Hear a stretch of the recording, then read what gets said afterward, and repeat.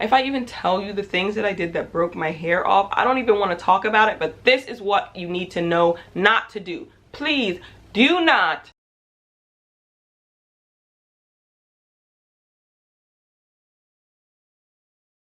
hello everybody, welcome back to our channel.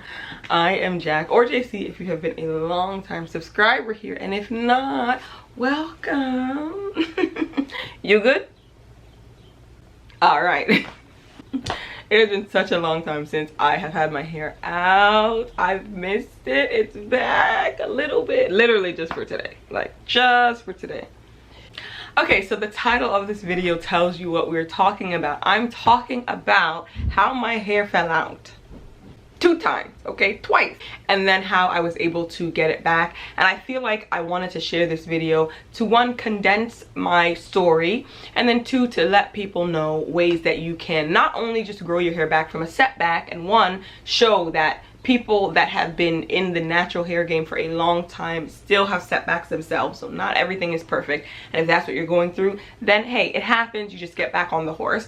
And I also want to show that even if you don't have a setback, growing your hair, these tips will work to grow your hair more rapidly, to hold on to length more rapidly, I should say. So yeah, it's very useful, and I thought it'd be a fun but informative video to do. Okay, so if I'm talking about the first story, the first time that my hair fell out. So technically, right, I actually didn't do anything wrong that time.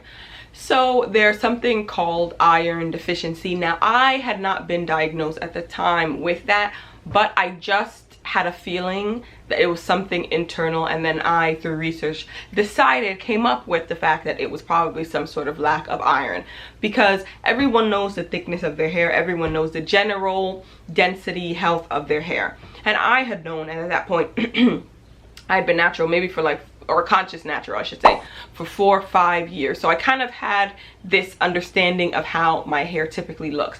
And in those 4 or 5 years of being a conscious natural, I actually wasn't really doing everything that great. Meaning I was co-washing with silicone conditioner, so my hair had a whole bunch of buildup. So yes, it was very like stringy and weighed down, and the texture was way looser because it was way down. I didn't realize that at the time, but still I knew my density. So for me to start that journey, to start getting my hair well, because I was now using things without silicones and being a bit more conscious, and then next you know, the density to just be drastically changing, the fallout whenever I wash my hair drastically changing, I was like, what is going on here? I know that I'm doing way better with my hair now, and it had been thriving with this new routine, and now all of a sudden it's getting thinner and thinner. Like, what's happening? So because it was getting thinner pretty evenly throughout, I knew it had to be something internal. It was just the hair falling out from the root, in essence. And so that was a period of very thin hair, thinner than usual. And it's not like my hair is super, super thick, so I could notice a difference. So that was not fun. So that was time number 1. And then going into time number 2. Number 2 was definitely because of me. So I love DIY, still do love DIY. I feel like if there are certain natural ingredients that you know really, really would help your hair, meaning things like banana. My hair really likes banana, a lot of slip banana baby food, avocado some people really love, some people really loved rice water. I think aloe vera was another one. So there are just so many natural things that you can do with your hair, natural ingredients. So I see no problem with DIY. Until this day, I do not see any problem with DIY, and I will still do a DIY in a heartbeat, okay? So I was trying to do a DIY to give myself, or make myself, somewhat of a humectant. The issue is I had raw glycerin. And those that know that glycerin is a humectant. It's an ingredient that is usually used in hair care products to act as a humectant. Humectant just means that it's something that when you have on your hair in a leave-in form of some sort, that it collects moisture from the environment. So if it's a really humid day and your product has a humectant in it, and you have more frizzy hair like mine that will react to water, then you probably don't really want a humectant, because all the water in the environment is going to be attracted to your hair and it's going to frizz up and be more poofy. Now in the winter time, humectants are great, especially if you're doing protective styles. So if you have your hair in twists and you have a humectant, a product that has a humectant like glycerin in it, it's perfect because your hair is in twists and it's winter. So most days are kind of dry. So the days where there is moisture, now this humectant is like taking all the little moisture from the air and moisturizing your protective style. It's a win-win. So it was winter. I was trying to do something that I shouldn't have been doing.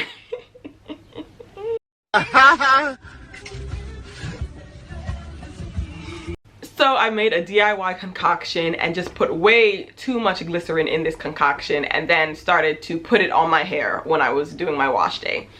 And it felt fine going in, okay? It felt fine going in. It's only when I started trying to wash it out that I felt like my hair was really sticking together. It was feeling very stringy. It was feeling brillowy. It was hard for me to pull apart. I was like, okay. So I quickly started trying to wash it all out of my hair. And as it was washing out, I was seeing some clumps, yes. And then detangling after. It was still very clumpy, hard to break. So of course, detangling, there's a lot of shedding, there's a lot of breakage, there's a lot of everything. So in that particular time where my hair had breakage, it wasn't thinning throughout. It was like some chunks in the back because the back was on longer. When I do my detangling process before I go into the shower, I start with the back section. So the back was on longer. So the fact that the back of my hair looks like it looks now, it's a Christmas miracle, okay? Because literally, well, actually it was years ago, so I guess it's not so much, but like some chunks cut from here, some chunks cut from here, like it was just patchy, and I don't like that. I don't bother with that, and it was bothering me so much. It was bothering me so much because I'm a person that my hair naturally starts thinning towards the end. I feel like that's most people. Obviously it's the oldest part of the hair, so you really have to work to keep it up. But imagine now you actually have chunks. So some parts of my hair were long and some parts were short, and you could just kind of see the chunks. It was very see-through at the end. I was like, I really hate this so much. Like I was used to my hair somewhat being see-through in the ends because like I said, the ends are the oldest part of the hair. It's gonna be hard. But like this was, it was too much, honey. It was too much. So that was time number 2. So let's just get into the good part, okay? Let's get into the how I grew it back, how you can grow it back, or how you can just grow the hair that you currently have without a setback and just retain some length. So number 1, you already know what I'm gonna say, protective styles. But this one is gonna have a bit of a twist because during that time I was on protective style journeys. If you were here during that time, please comments in the comment section down below, okay? That was my protective style journey era, okay? I was taking people on, we're doing a 6-month protective style journey, we're doing a 3-month protective style journey, and I would bring everyone in my community, my natural hair community in, and we were all joining in on this protective style journey. People would be commenting like, I'm in with you, we're gonna be done in August. And I wasn't the best, okay, at continuing to post every week progress, but when you're on a protective style journey, there really is no progress. Like your hair is in the protective style. The point is you're not supposed to see anything, you're supposed to keep it away. So people would still be commenting on the video, finding it a bit later, saying, hey, I'm gonna do this, and you just, whenever you found the video, whenever you decided to hop on, 3 months later, we were all gonna come together and talk about it. And I would do that. I would do an update whenever my hair was out in the 3 months or the 6 months to see the progress, how it looked. So that was great. So yes, protective styles in general, I still do protective styles to this day, but what I'm talking about is a protective style journey, which means that you don't have this twist out moment. You don't have like, this is my twist out and I shrunk it because I just love more volume, so you know, put some water in it. If it were longer, it would just look more flat, but some people prefer that. But when I'm putting water in my twist outs, which is how I prefer it to look, now you're kind of causing tangles that are gonna come with it. Like this is not a protective style. That's the point, you know, it's a twist out, and I've shrunk it up with some water, so it's not a protective style. So during this protective style journey, you didn't have any of these moments, okay? For the 3 months, for the 6 months, whatever, it was straight back into twist or whatever your protective style of choice was. So that's a very big difference from just protective styling, which is what I do naturally and normally anyway. But every month, every 3 weeks, every 2 weeks, whenever I take my hair out, I'm gonna have some sort of twist out, some sort of not protective style. So that's the only difference. Next, for me, oil, okay? Hair growth oils. It was during that first setback that I made my own hair growth oil. So first I was using Jamaican black castor oil. Everyone that knows Jamaican black castor oil is great. Then I started using Haitian black castor oil because a company contacted me and sent me some, and I was like, this is great, and it was working well. But then I finished, so I'm like, okay, what now? Then I started looking into oils that are more specific to growing hair other than castor oil, and that's when I started stumbling onto the essential oil kind of trajectory. Rosemary, thyme, camphor, peppermint, all of those things. And obviously they're very expensive, especially if you're buying like the pure unadulterated. Like, to get all of those is very expensive. So I did it. I got from my local beauty supply store, and some of them had other mixes in there. They weren't like pure, but I made my own mix and started using that. Added some coffee beans, eventually started using that, and it was really, really helping my hair. It was growing. To this day, I still use that. So I have, at this point, from my second setback, decided to create it, like make the actual oil that I was making, but mass produce it and sell it. So I do have a store, always going to be linked below, where I'm selling this coffee bean oil, 13 different oils. Go check it out if you're interested, if you need something to help with the hair growth. But that is what I used during that time, and now I use it in the bottle. Like, at that time I would just mix it, but now I have bottles upon bottles. I make it, you know, so I'm able to use it. And because I'm mass producing now, I'm able to get it from different sites that sell just the pure unadulterated essential oils, because the cost now is more cost efficient since I'm making for a lot more people. So that has been great if you're looking for an oil that has different oils in there that are known for hair growth, stimulating hair growth. Amla oil specifically I really, really love, because that helps more with thickness. Then please do check out the link below. So that was something that I really used. I was on schedule with it, on schedule, 2 to 3 times a week. I'm putting this oil in my hair. I'm doing a scalp massage, inverted, like my head upside down, massaging my scalp, and I saw massive, massive growth between that and then using the Protective Style Journey at the same time. Solid as a rock. Next, we have to talk about my wash day.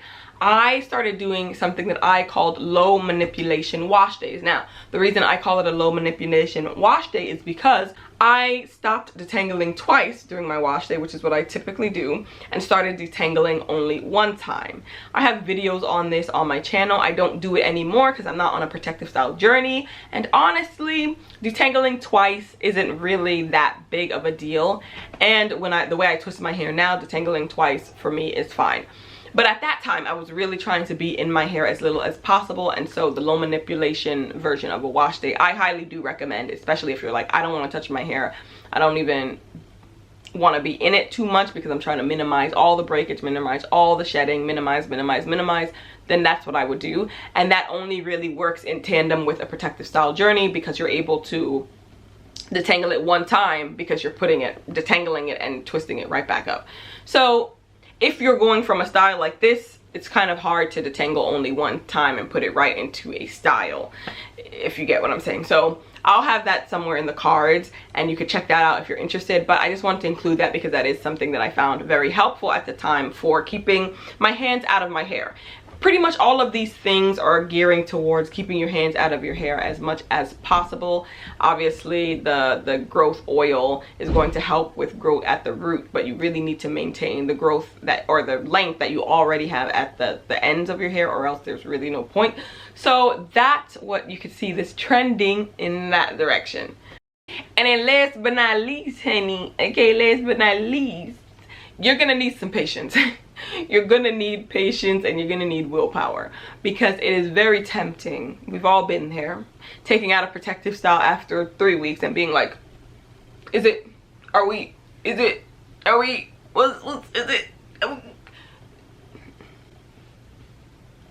no ma'am, you can't do it, because if you do that, now you're having your hair out. Now you're manipulating it. You have to have the patience, you have to have the willpower to stick to whatever amount of time that you said, and then see, because then you're actually going to see some improvement. I feel like if you do it after 3 weeks and you don't see what you want to see, it might feel like, what's the point of this, you know? So really stick to it. That 6 months was so hard, but I did it. Luckily, that, well, Fortunately and unfortunately, the breakage happened almost during like the winter, so I think by the summer I was able to have it out, if I remember correctly. For me, I love having my hair out more in the summer. I feel like it just goes more with my summer vibe. But yes, and the patience is huge. I will say though that my protective styles of choice when I'm trying to grow my hair out after setback are going to be some of the more boring ones.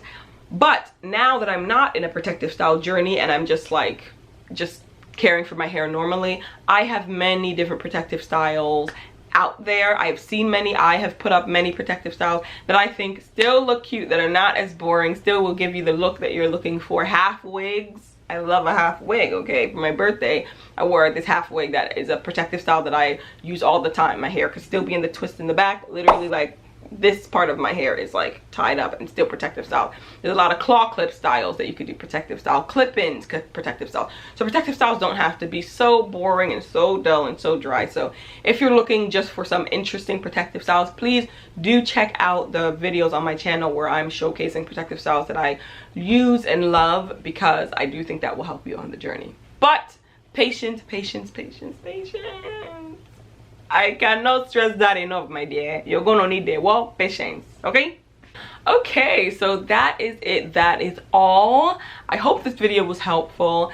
If you do have any tips of your own, do leave them down below. I know that the natural hair community has expanded so much, which I think is beautiful. Like, there are people in different camps, people that use different things, people that refuse to use different things on their hair, people that wash a certain way, people that want a certain style, people that are like the wash and go babes, people that are the protective style babes, people that are the braid babes. I just love the diversity that I am seeing. People that are the wig babes, okay? You know, I love a good wig if it's brown. You have seen my posts. So I just love the diversity, and I too am tapping into some of that in the way that I handle my hair and the styles that I like for my hair. But ultimately, having healthy natural hair is always going to be the journey for me. It's always going to be the goal for me. But I have found some fun in experimenting. There are tools that are coming out that are making things so much easier. A shout out to the Rev Air, okay? Makes things that would take so long so much more simple. And I just love all the innovations that are out there. So I am all for having good, clean fun with my natural hair, okay? Good, clean fun, because at the end of the day, I still want it to look good when it looks like this, okay? This is what I care about, okay? Anyway, thank you so much for watching. Make sure you like, comment, and subscribe, and I will see you in my next one, love. All right, that's all. Bye.